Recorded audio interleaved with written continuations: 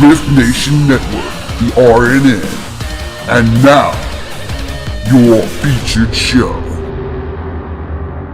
Shall we begin?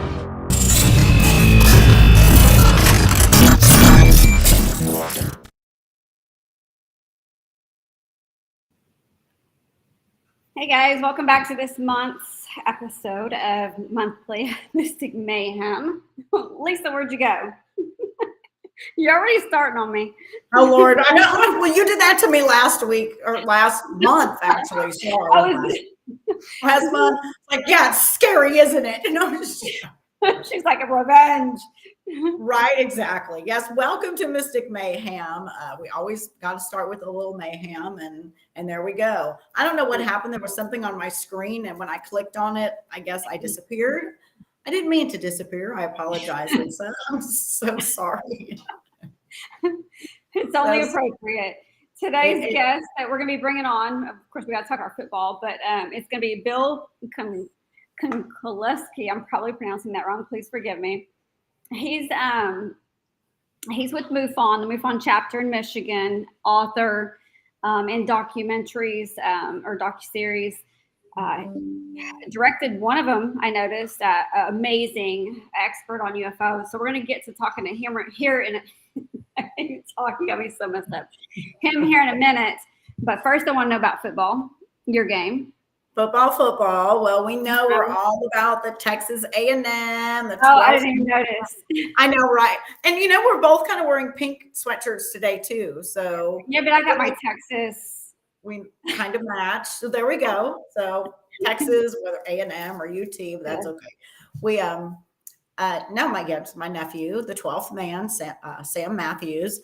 So let's talk about our most recent game. That one was against LSU, and it was at LSU. It was a very good game. It was, you know, a nail biter through the whole thing. LSU did end up winning that game, which, you know, hey, we can't win them all. But going back to it was the game Saturday the 18th, and we played against Abilene Christian University, and it was our senior game. And my nephew is a senior, so this was a very big game. The fourth quarter was just by far amazing. The very last two plays of the game, the coach, not Jimbo Fisher, because we know he was fired. We're not going to, you know, discuss all that because I don't get into all that. It's none of my business. But our new coach decided to put in our the walk-on team. So, you know, my nephew and then all the players that were walk-ons to A&M, which is a huge privilege. They all went out. Both plays were just unforgettable. They are record-breaking, amazing. To end that game, the senior game with the walk-ons was just amazing. The final, very last play of the game, my nephew, he's a senior, so it will be his very last time playing at Kyle Field, on that field, his very last time. The final play of the game, he made the tackle, and it was our game. It was we won the game. So it was a very emotional game. I get a little teary-eyed right here. Seeing that, you know, this is not the end of him yet. They still have, you know, a couple more games to play, not at home, unfortunately. But I'm telling you right now to watch for him on the NFL, because you're going to see that name, Sam Matthews, my nephew. He's going to be playing for the NFL. I'm telling you right now. Mark my words, y'all. So mark my words. So how about your team? What's going on with your team? We beat Iowa State. It was to be expected, but I didn't think it was going to be as tight as it was those first two quarters. And I started getting drowsy. I have to admit, I fell asleep in the third. Woke up and we had won 26-16. So, okay. Well, see, maybe you just need to stop watching, and y'all. We only have like one more game. I think we play Tech at the end, and then that's it. Oh, okay. Well, that'll be a really good game. It will, but yeah, it determines a lot, that game. So yes. Oh wow. Well, fingers crossed for y'all. I mean, I'm not, you know, necessarily a fan of the UT, but I will keep my fingers crossed for you because I love you. Hey, we're currently different divisions, so it's okay. You know what? That's true. That's right. That is very true. For the time being. For the time being, not long. Oh, we need to bring on our guests. Without further ado, let's bring on Bill Konkolesky. I'm going to get him to correct me there. And talk about UFOs now. It's all I am UFOs. so excited about this. I'm very excited about this because, I've told you some weird experiences at the jail that are just very not normal. So, well, maybe he can fill in some of the blanks for you. Very cool. Well, all right. Well, let's come on, Bill. Welcome, Bill. How are you doing this evening? Supersonic. And yourself? Oh, I'm doing great as always. Just in freezing over here in this 50-degree weather, which is kind of pathetic. I know you got it really cold up in Michigan. It's snowing up there, huh? It's snowing right now. Yeah. Wow. I'd like to say I'm jealous, but I'm not. Oh, Bill. So no, it'll be fine. In 6 months, it'll all be over and it'll be sunny again. That is true. In 6 more months, right? Gotcha. Well, you're more than welcome to come down here at any time and enjoy the sun and the warmer weather. So you just let us know.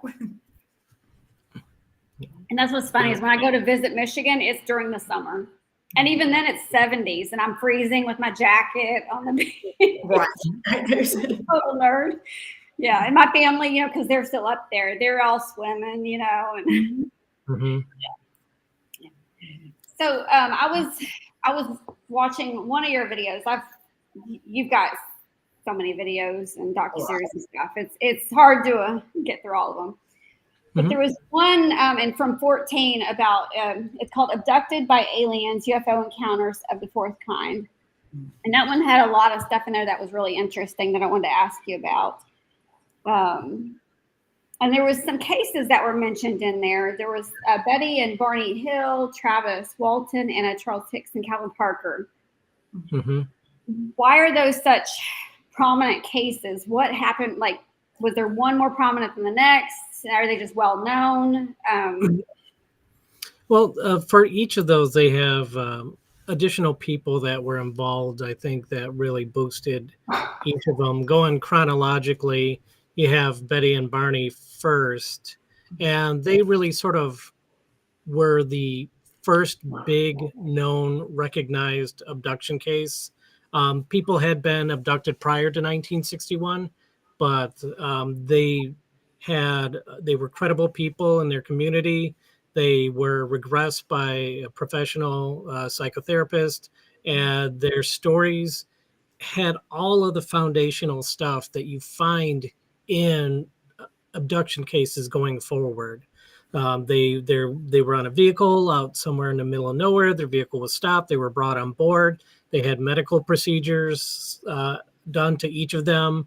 Some other unusual things happened on board, like Betty was shown a star map, and there were some things that they didn't want to reveal at the time, came out later, and there was some missing time. Just all of the big things that are associated with the phenomena.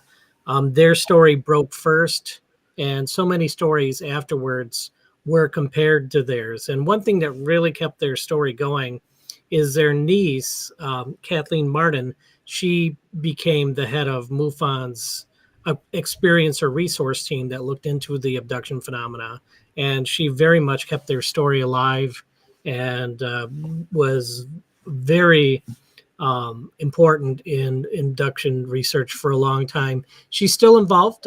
She's laid back a little bit now, but for many years, she was very much at the forefront as far as MUFON is concerned in terms of abduction research. Travis Walton had, I think it was 7 people there with him, all saw him get zapped by a light and all took lie detector tests. Travis was gone for 5 days, so that's kind of a big deal.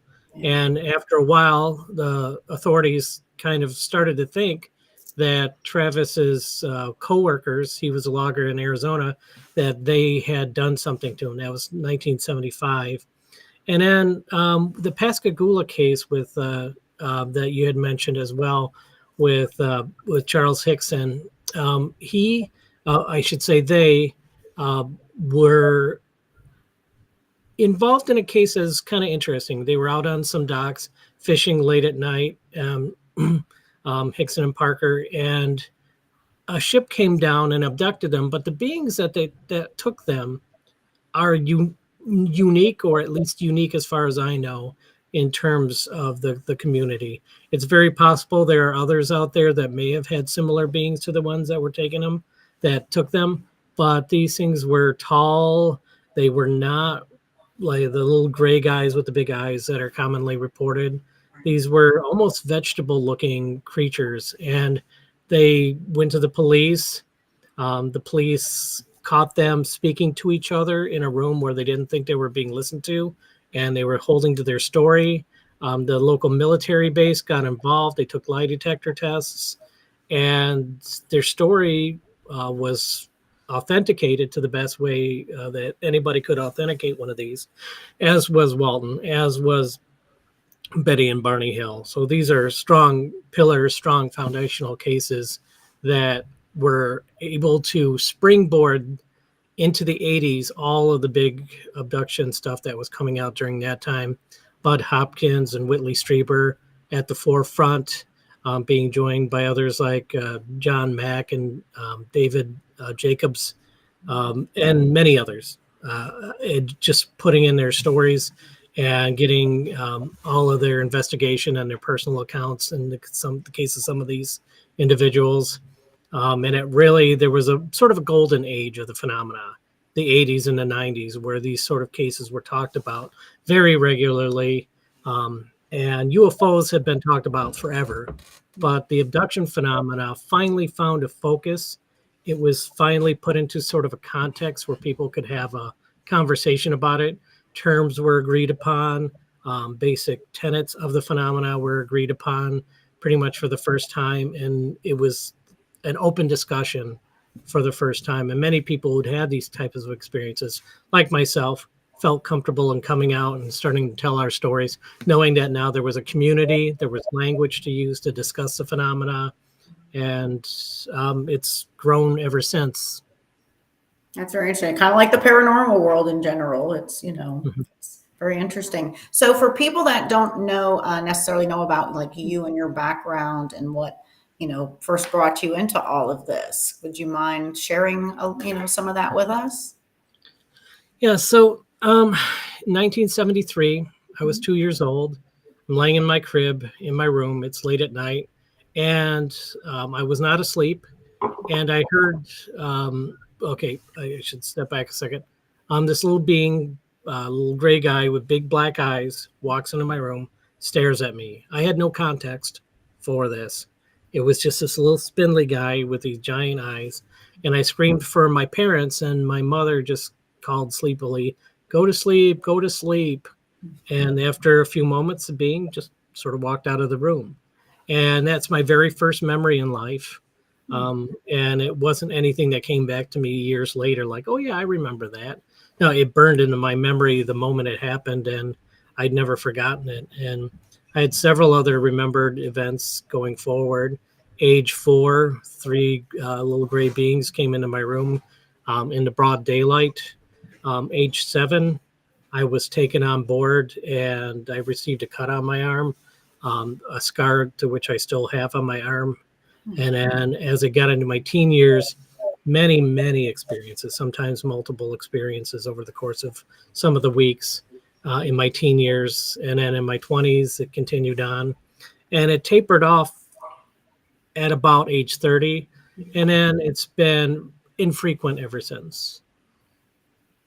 Okay. I have questions about that. There was something where I was watching and it talked about how it's usually not just one experience. People have multiple experiences. Is it It's just like those that have had that one experience, you just keep having more and that you're more prone to having more? And then also there was something about sometimes people experience it with other people, like a couple maybe being abducted. How prominent is that versus someone being abducted alone? Okay, so just to start to get into all of that, and there's a lot there to unpack, I think. that I think there are three different ways to, if you look at this phenomena as, strangely enough, as like a virus or something like that. It's like you can catch it genetically. If your parents have had experiences, it can come to you as well. In my case, it was on my mother's side of the family. And so I got it through the family, so to speak. I have four older brothers. The two older brothers I have, we could go toe to toe in a strange story contest. And then the next two brothers, for some reason, zero between them, not a single one. And then it picked back up with myself. And yeah, so the second way would be is if you are around somebody who regularly has this happen to them. If you're around them enough, especially if it's a partner, romantic partner, then yeah, at some point you very well may just be in the wrong place at the wrong time, so to speak, and then it suddenly starts happening to you as well. And then thirdly, something that could happen is that if you move into a house where this phenomena was very heavily occurring, sometimes even that will be enough, and you'll start to have these experiences as well. And I think the rarest thing, to touch on this part of what you said, I think the rarest thing is that if somebody just has one experience, I think that's the rarest thing of all. I think the beings, and I'll say that they're a mystery, what they are, who they are, where they're from, even some of their deeper motives, is that once they notice somebody, they keep their attention on that individual through their life, pretty much. They, for whatever reason, lock onto somebody. They get invested in them. They follow their life story, sometimes get involved in their life story. I had something happen to me in '95 where they didn't like a girl I was dating and they scared her off.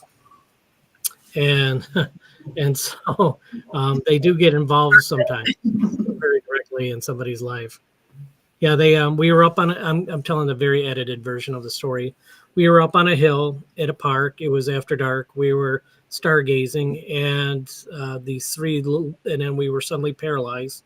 These three little gray guys came around us, and they were looking her up and down. And at this point, she and I had only been dating for a couple months, and I hadn't told her yet about my experiences.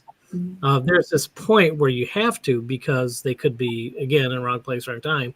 But I thought I was still a little bit safe to let that out. Mm-mm.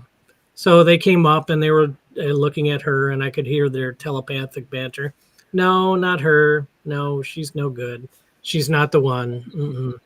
And then they walked away, and then we were unparalyzed. We ran back to the car and didn't talk about it.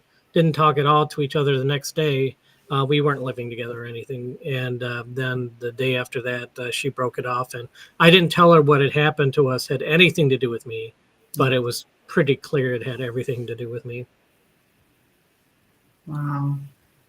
Yeah, they can definitely butt in on your life like that, huh? So it's Mm-hmm. It makes you wonder about ghosts, if spirit can interfere and and it actually can. That's why I said I think that the two do go hand in hand. Alien, UFO, and paranormal. It's there's a lot of similarities. Very different types of experiences, but a lot of similarities for sure.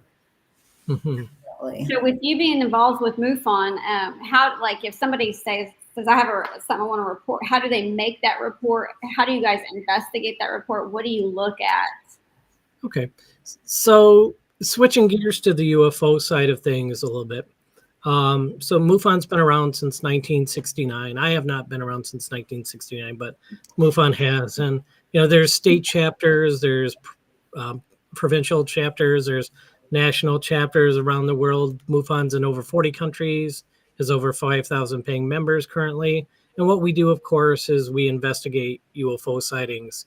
Since 2010, when we got our most recent version of our database up and going, we've received over 100,000 worldwide cases to MUFON just since 2010. These aren't things we go out and cherry pick and say, oh, there's something on the internet, I add it to the pile. Every single one of these came from a witness And the great majority, almost all, I would love to say all, but nearly all of the cases that come in are investigated. And most of what comes into us, we can identify, like about 95% of what people report. We can say, oh, that was this aircraft, or it was this celestial object, or it was a drone, a Chinese lantern, Starlink satellites, et cetera, et cetera. But that remaining 5% remains very interesting. In Michigan, we have about 200 sightings a year come in. It's been just over 200 for a little bit now. Like this year, we're I think 214, with still about a month to go. And so that means there'll be, with 95%, there'll be at least 10 really good cases that come in. And MUFON has historically been an organization that looks at flying saucer reports. The reporting form is mostly a checkbox. It moved this fast.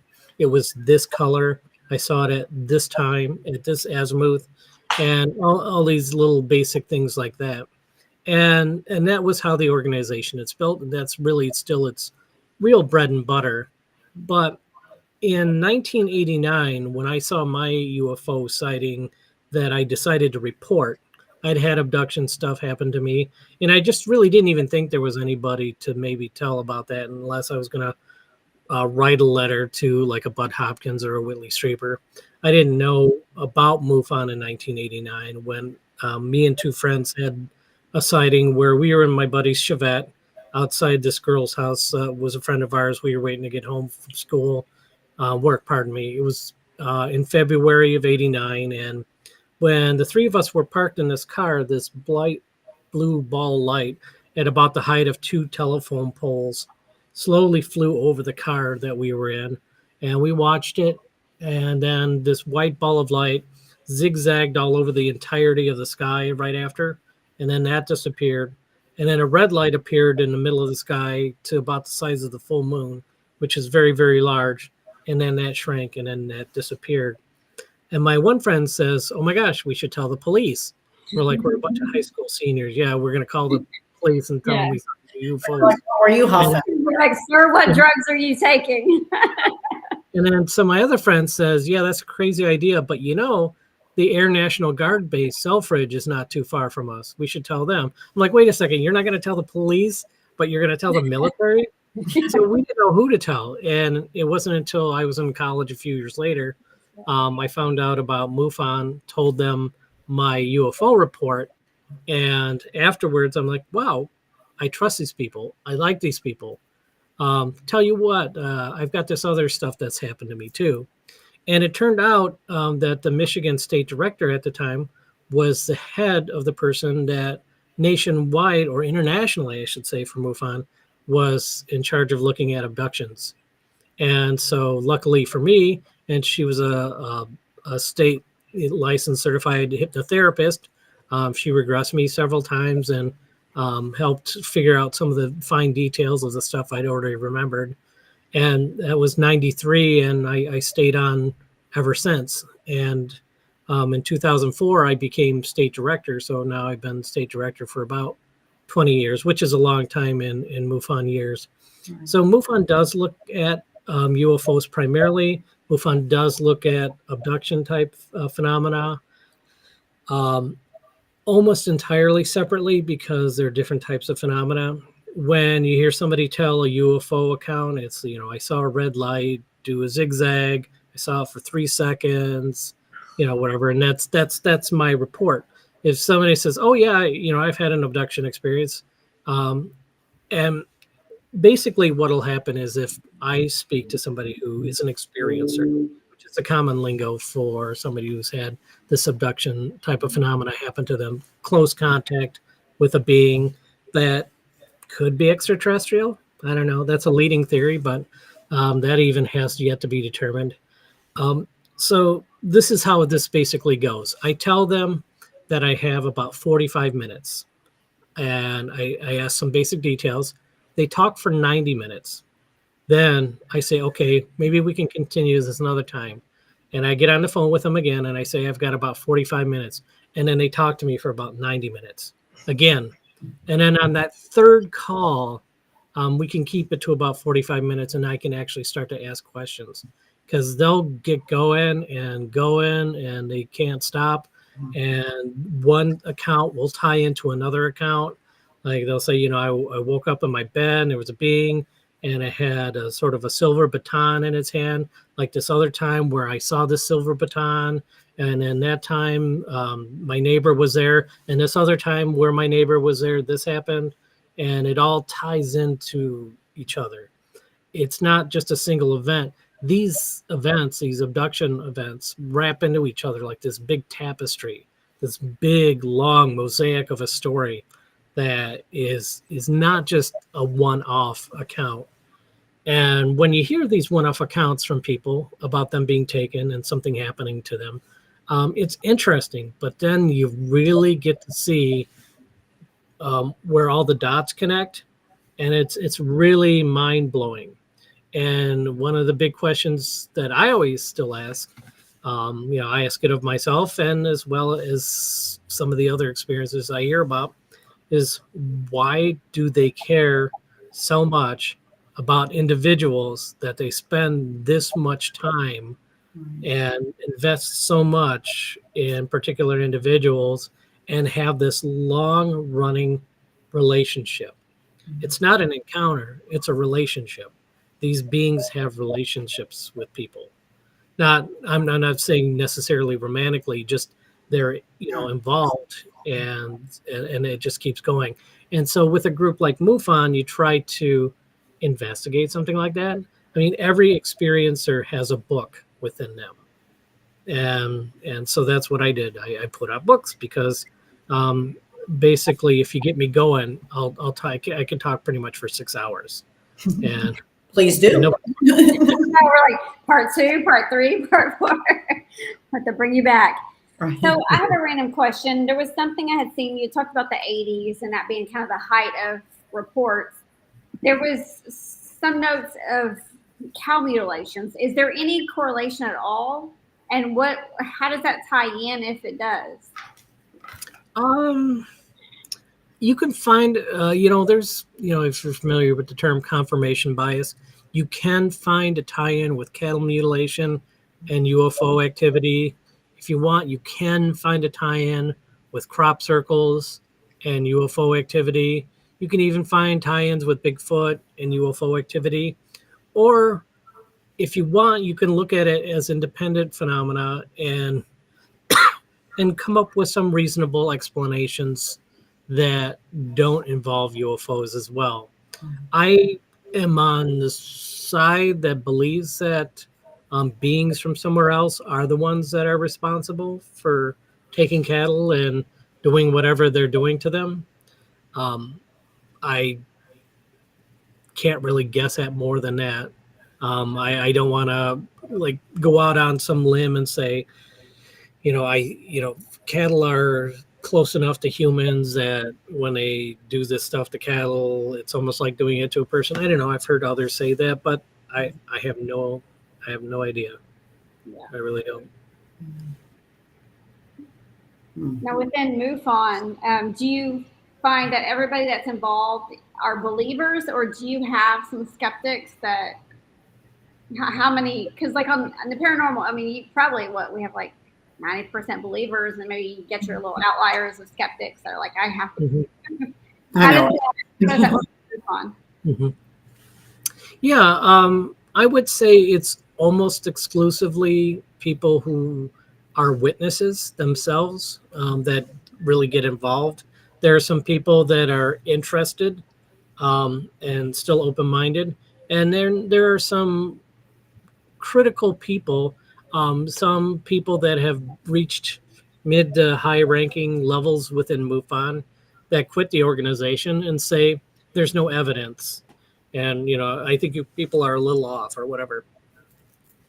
I mean, it doesn't take that much to see that there is something valid to this phenomena. In fact, if you look at a case of J. Allen Hynek, I mean, about his life, is he was part of Project Blue Book and the related projects. He was an investigator for the Air Force looking into the UFO phenomena for about 20 years. And while he was still doing that, he was told essentially to debunk these cases that are coming to the Air Force. And he became convinced that something truly anomalous was happening. And then when Project Blue Book closed, he went on to found the Center for UFO Studies, where him and a group of mostly PhDs got together and investigated the phenomena intelligently and put out some remarkable publications. And, were very earnest and very professional in their approach. And so, I've seen people move in both directions. It baffles me that somebody would come from from within MUFON, get to see the level of sightings that we have, and then simply dismiss everything out of hand. I think there's a personal aspect to that person's life that plays a big part that isn't necessarily just based upon the data that we collect. Right. And I will say religion sometimes, or spouses sometimes, come in and challenge this person's interest in the phenomena. And those are a couple examples. That's interesting. Do you find that there seem to be more reports on certain areas of the world, or? You read my mind. So I'll start off by saying I really don't. There is this an example of it here in Michigan. People talk about this thing called the Great Lakes Triangle, and I've heard the Great Lakes Triangle be described as a triangle within overlaid on Lake Michigan, where ships and planes have disappeared, not necessarily like vanished, but gone down in the lake. Right. And then I've also I saw a presentation from somebody saying that the Great Lakes Triangle is actually over Lake Erie in his estimation. And then I've seen people just put a triangle all around Michigan and call that the Great Lakes Triangle. and so people, I think, will arbitrarily put a barrier around a piece of land or water, and look at all the weird things that happen within that area and make some sort of correlation that this area is more special than any other area. And really, I think weird stuff just happens everywhere all the time. And when people ask about where in Michigan are the UFO hotspots, anytime you ask it to give the last batch of sightings, it's always a population map. Mm-hmm. Wherever there are more people see things. Right. There are these breakout events that have happened in Michigan, particularly in Southeast Michigan in 1966, and on the west side of the state in 1994. There was a very short period of time, like on March 8th, there were over 300 witnesses, 1994 to a sighting, and in 1966, over 1,000 people saw UFOs in the Detroit, roughly that sort of broader area. Mm-hmm. And then back to normal. So like Stephenville, Phoenix Lights, there are these little pop-up events that happen that are meaningful and exciting, but then things go back down to normal. And just because that there was a heightened level of activity on the western side of Michigan in March of '94, I don't plant a flag in it and say, this is a paranormal area.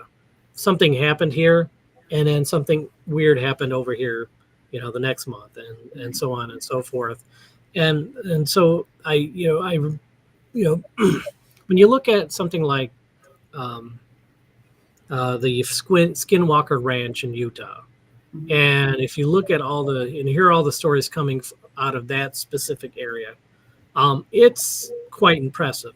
You can really make a case that this ranch is this paranormal portal. What I don't know is how much research has been done to surrounding areas that nobody owns. This was a ranch owner originally that started to list all the crazy things happening, and So Bigelow got involved with his NIDS group and etc. But I just think it's everywhere all the time. I was hearing other countries like everything from Brazil to Peru and Chile and Bolivia, but I was hearing it's more of a cultural, like it's just kind of built into their culture and their beliefs, and maybe that's why it's more prominent there. And then I was also watching where Japan, how they were, I guess they were dead set, like we don't acknowledge it, it doesn't happen, and this was in like 18, and then by 2020, their former what was their some high up ranking guy spoke with the U.S. defense minister. He spoke with the U.S. Defense, and they were like, okay, we got to come to an agreement on this, and we should cooperate on anything UFO concerning. It was like a big change from 18 in Japan, from them saying, this doesn't exist, to, okay, yeah, maybe there is something. What's your thought on that? Anything? Well, yeah, it was funny. I gave a presentation on the experiencer phenomena in Indianapolis about 2 months ago. And there was a woman there from Brazil, and she came up and she said, yeah, people just talk about it openly. Like everybody accepts it. Everybody's seen something or knows somebody that's seen something. And I think that's true pretty much everywhere. Everybody knows somebody that's seen something. Right. Some sort of paranormal phenomena. It's just how the openness of talking about it. I think it's just, if you have a culture where it's easy to talk about, it doesn't conflict with your ego or your national ego, then yeah, they could talk about it. Like here in the United States, if you say there's something in our skies that our military can't contend with, that our government, doesn't acknowledge, and people are like, well, maybe there isn't anything. But down there, if it's not part of the ego of the military or the national establishment, people are free to talk about whatever they want. Sure, yeah, people will, openly talk about something like that. There was something else that you had said too, and I'm trying to.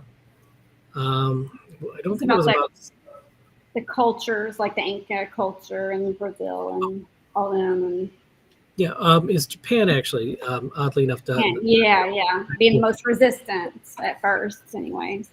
So you can go back hundreds of years, even thousands of years, in any culture that has kept some sort of documentation, and you hear these stories, you find these stories, Columbus seeing UFOs and things like that.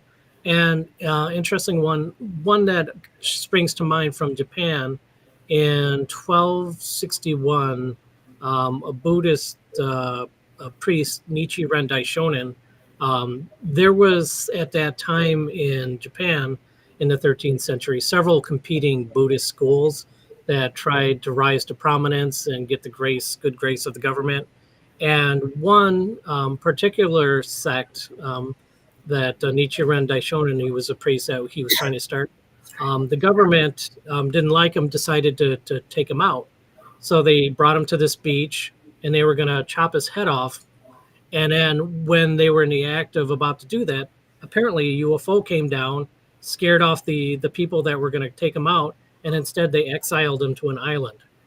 So there's a lot of stories historically from all over the world. India just is just a big soup of paranormal activity. If you look at some of the things that they report, and even tie into their, some of the things that reflect, like they do in Christianity, in their faith. You talk about the books of Ezekiel, the book, the UFOs possibly coming down there. And I think that a lot of things that we find in our religions historically are actually accounts of UFOs coming down and interacting with people. So whatever modern administration has in terms of their opinion of whether the phenomena is valid, I think it's just, it's much bigger than whoever's in power at that time. And a lot of these sightings, a lot of these things, happen to people that are just grassroots folks. It's not the government. Like, I've seen so much stuff, and I've heard so many other people's stories that I believe that, I don't need the government or the military to tell me if it's real or not. Right. And I just, see it. I just experience it. I'm sorry, Lisa. She's like blind as a bat over here. I'm not trying to laugh. Okay. Wait, what? Oh, Missing next time. What? Oh, I'm so confused. it's a private chat, but she's made it public. Oh, okay. Oh, I didn't make it public, did I? I'm talking about it. So no, I was gonna say. So you've been talking about these abductions, and she's had these missing times, like at the jail. She co-manages an old haunted jail. A lot of death, a lot of stuff there, but she has these lapses of time there. So I was curious how that might tie in, and your beliefs on that. With I don't know. You explain what happens. You're the pro. Can you say more? Yeah. I'm sorry. Good. So I work at a haunted historical jail, and I mean, it is a very active location. We a very interdimensional, is what we like to call it, location, because things that happen there, it's beyond your paranormal. When you think of paranormal, you think of your, EVPs and, being touched or stuff like that. But there are things that I've experienced there that time loss, which, is when I have on recorder things that are happening around me, and I know those didn't actually happen because I was right there. What happened to me? It's like, what happened? Were we still here? Were we abducted? Was it just an interdimensional, we're just in a different time zone kind of thing? Or, I mean, what are your thoughts on someone that has truly experienced time loss? Okay. So about how long are you talking about? And it wasn't even that long. It was like 2.5 minutes, but it was 2.5 minutes of, I was sitting in one place and I had a couple recorders, and all the recorders caught things happening around me that did not happen. So, on one recorder, I could say, residual energy, maybe, or residual sounds, but there were several recorders that recorded things happening around me that it was actually me and the lady that I work with at the jail. So we know that these things did not happen around us, but we have on several recorders that things were happening around us. So it's just, to me, that's kind of like your beyond paranormal kind of thing. But I don't know what happened to us. I don't remember being taken anywhere. We never left the place that we were at sitting. So are there any other, types of explanations for, something like that? Okay. So another question, did this happen to both of you? Did you feel you experienced it the same way? Oh, yes, absolutely. When we were listening to the recorders, we let recorders run for like 20 minutes. And then when we started listening to them, we both heard, it's like we were both sitting right here, and none of that stuff happened around us. So yeah, we both experienced the exact same thing. Did you feel that you missed time, or did you just, when you looked at the video, you saw a couple minutes of activity that... We did not feel like we lost time at all. We just, like I said, the only way that we know we did was because on the 3 recorders for 2 minutes and 24 seconds, loud things were happening right next to us. They did not happen our time. Yeah, to me, it sounds like not so much that you had lost time, and this is just my speculation, but that your devices were able to pick up something that you couldn't. Okay, I'll explain to you what we heard. We work at an old jail, and I'll shut down old haunted jail. So we were sitting outside in the garage in front of the jail, and it sounded like there were 50 cop cars that were literally stopped right in front of us. Like, it wasn't like they came from far away and they went away. Like, they were loud and stationary for 2 minutes and 24 seconds. It started and then it stopped. And before it started, you can hear she and I talking. We're just having a conversation. And then you hear that, and it is loud. I'm telling you, it was like they were right there, and it was stationary. And then it stopped, and then you hear us talking again. So, I mean, at this point, I guess it sounds like something I'd have to review. But yeah, I hate to just say, oh, poo-poo was some technical issue. But I mean, if you didn't feel as though you lost time and something did happen, to me, it seems like your physical bodies weren't meant to pick up whatever was going on, but somehow the equipment was able to catch something on a level that you weren't necessarily able, which I guess is a lot what happens within the ghost hunting community, is picking up things that you don't necessarily see or hear. correct. Although it sounds like it was like crazy in this case, like this giant roaring. I mean, I have been seeing and speaking with dead people since I was 11 years old, and I am in my 40s now. So I've experienced a lot of things on a daily basis. This experience for me, I wanted to leave the jail. I wanted to just go stay at a hotel that night. It was very, it threw me. It wasn't like your normal paranormal experience. It was, to me, interdimensional is the only thing I could say. It's just an interdimensional. Being like the cop sound and being an old jail, do you think it's just residual? Well, see, and we thought that at first, but it was on 3 recorders, not just one. So to me, if it was residual, you'd catch it on 1 recorder. Because I mean, like I said, I've been doing this a very long time. My partner is almost 70, and she's been doing this a very long time.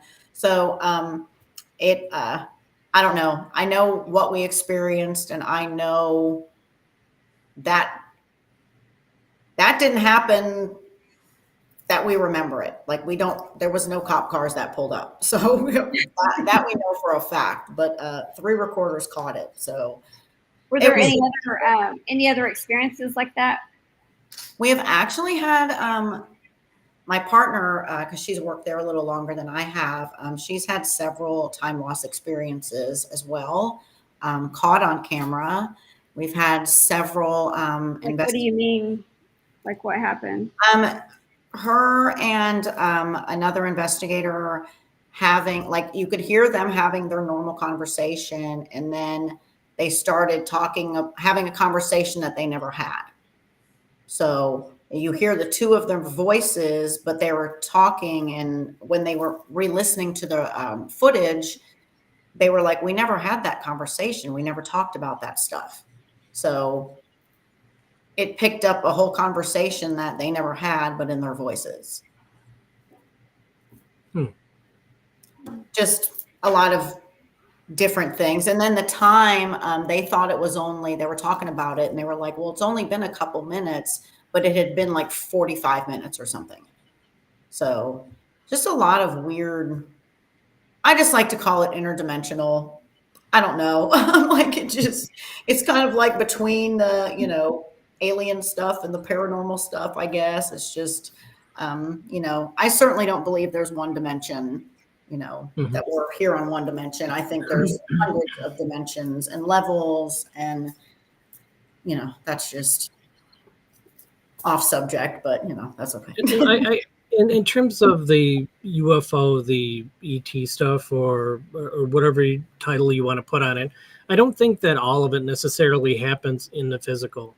I think the beings, for many people, and I've had this experience, so I can vouch for it myself, is that if they don't need to find some place to land a UFO, find the right people to switch off and, discreetly make their way into somebody's home, carry them out to the UFO and hope nobody sees, and this whole sort of logistics of it.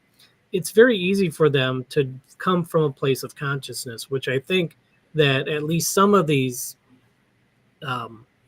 beings, I don't know if being ever even becomes the right word at that point, but some of these intelligences can come to us and directly contact us through our own intelligence, telepathically, through dreams, through some sort of out-of-body experience.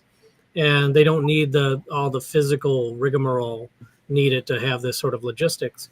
And if they come from a place of consciousness and spirit, if you will, then that would also be the same place of the stuff of ghosts and spirits and poltergeist activity and things like that. And these are just different, possibly degrees of ways to manifest some intelligence that's on the other side of the veil. Do you feel that different aliens have a different purpose? Mm-hmm. Yeah. Yeah. And so I remember in these presentations that I do locally, I talk about how many possible planets might have life in the Milky Way. Then I expanded out to the known universe of 2 trillion galaxies, which is the estimate that there are right now. And it comes out to a figure of like 100 followed by 21 zeros, potentially habitable planets or moons out there based upon just what we know right now. So 100 sextillion potentially habitable planets or moons. And some of them have been around a lot longer than us. So it would be weird to think we're the only planet that life started with those odds. And if some life started at some of these other worlds, then people say, well, it would be impossible for beings to get here from somewhere else. Well, just give us another 200 years, see what we're able to do, or in this case, maybe thousands of years. It's possible some of these civilizations are millions of years ahead of us. And, very easy to come here.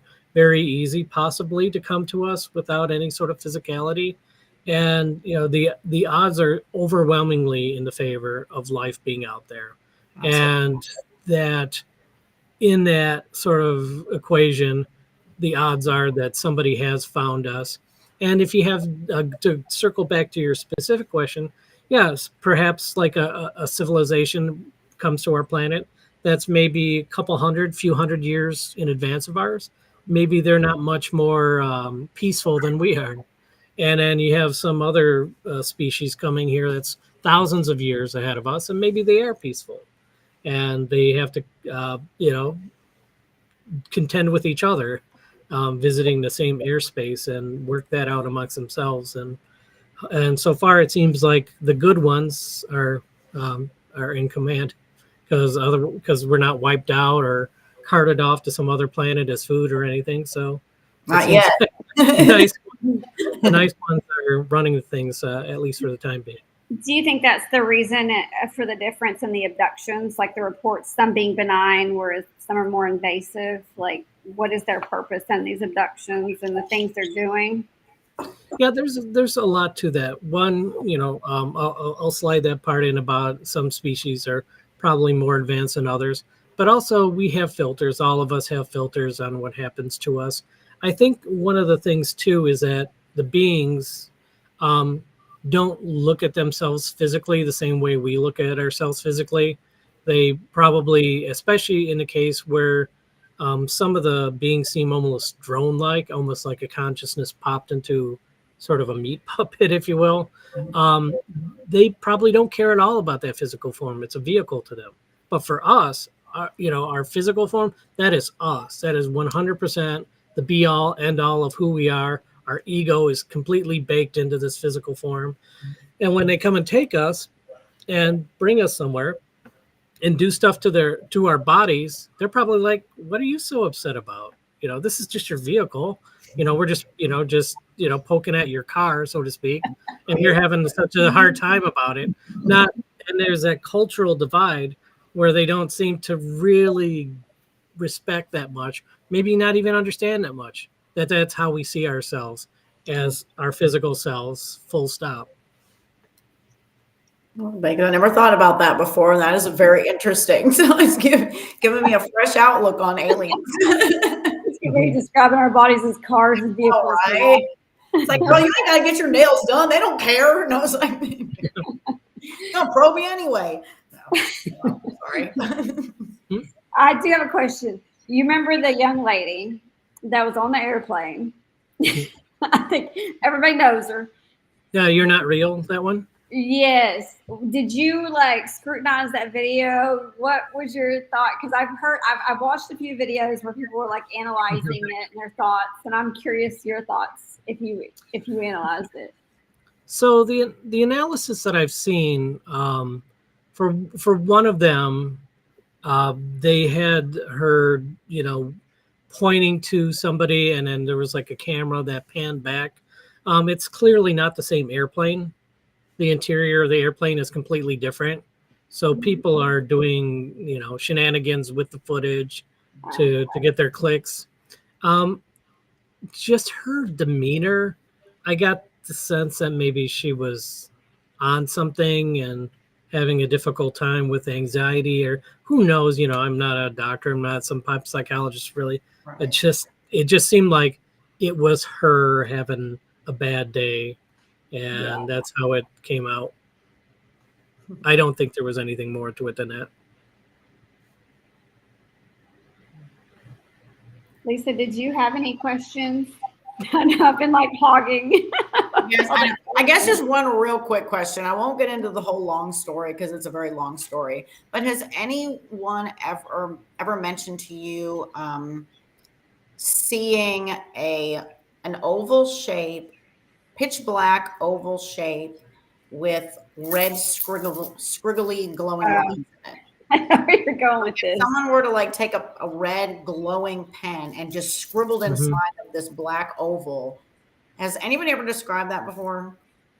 I haven't heard anything specifically, but if I asked specifically to several people in the community, I would probably hear somebody say that they've had something similar or the same, or say, that reminds me of this other thing, that reminds me of that, but not directly, not that exactly. So you have a story to go with that? Is that what you're saying? It almost reminds me of when you describe it. On the iPhone, there's like the heart with the red, and it like pulsates.